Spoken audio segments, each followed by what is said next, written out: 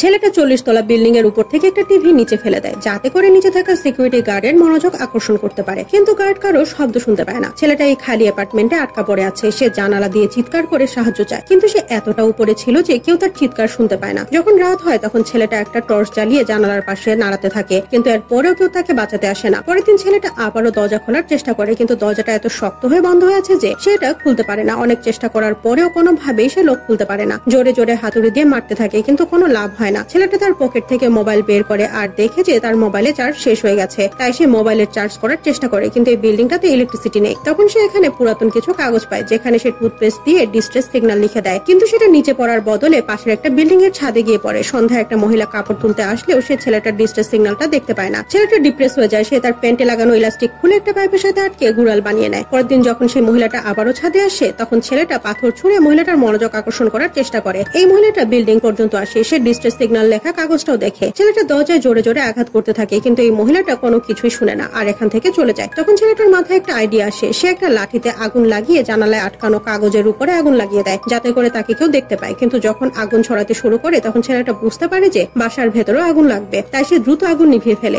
ছেলেটার এত কিছু করার পরে অনেক পানি পিপাসা লাগে, তাই সে বাথরুমে আসে আর দেয়ালে লাগানো পানির ট্যাঙ্কি খুলে ফেলে, কিন্তু কোথাও এক ফোঁটা পানি নেই। আর তখন সৌভাগ্যক্রমে বৃষ্টি হতে শুরু করে। ছেলেটা বাথরুম থেকে পানির ট্যাঙ্কি নিয়ে এসে জানালার সাথে আটকে দেয়, যাতে করে সে বৃষ্টির পানি একত্রিত করতে পারে। সে জানালা দিয়ে বাইরে একটা ব্যাগও ঝুলিয়ে রাখে, যাতে করে আরো বেশি পানি জমা হতে পারে। একদিন এই ছেলেটা দেখে যে 3 তলার বেলকনিতে কোনো রেলিং নেই, তাই সে তার বেলকনির রেলিং ছুরি দিয়ে কেটে লাথি দিয়ে ভেঙে ফেলে। এরপরে সে রেলিং বেয়ে নিচে নামতে শুরু করে, কিন্তু বেলকনির মাঝখানে পা রাখার কোনো জায়গা নেই, তাই সে শক্ত কংক্রিটের দেয়াল ধরে সাবধানে নিচে নামতে থাকে। কিছু সময়ের মধ্যে সে 3 তলায় চলে আসে, কিন্তু এখানে অর্ধেক রেলিং ছিল না, তাই সে আবারও উপরে উঠে এসে তার বেল্টটা রেলিং এর সাথে শক্ত করে বেঁধে নিয়ে হাতে পেঁচিয়ে নেয়। এরপর সে ধীরে ধীরে রেলিং এর উপরে পা রাখে, কিন্তু ছেলেটা অবাক হয়ে লক্ষ্য করে এখানে থাকা সম্পূর্ণ বেলকনিটাই ভেঙে ফেলা হয়েছে। তাই সে দেয়াল ধরে আস্তে আস্তে সামনের দিকে এগোতে থাকে। একটা কোনায় এসে পিছলে যাচ্ছিল, কিন্তু সে নিজেকে সামলে নেয়। সে আস্তে আস্তে সামনে গিয়ে ফাইনালি বেলকনি পর্যন্ত পৌঁছে যায়। এরপরে বেলকনির কাচের দরজাটা লাথি দিয়ে ভেঙে ফেলে। এখন সে ফ্ল্যাটের দরজা খুলে ফাইনালি বাইরে চলে আসে।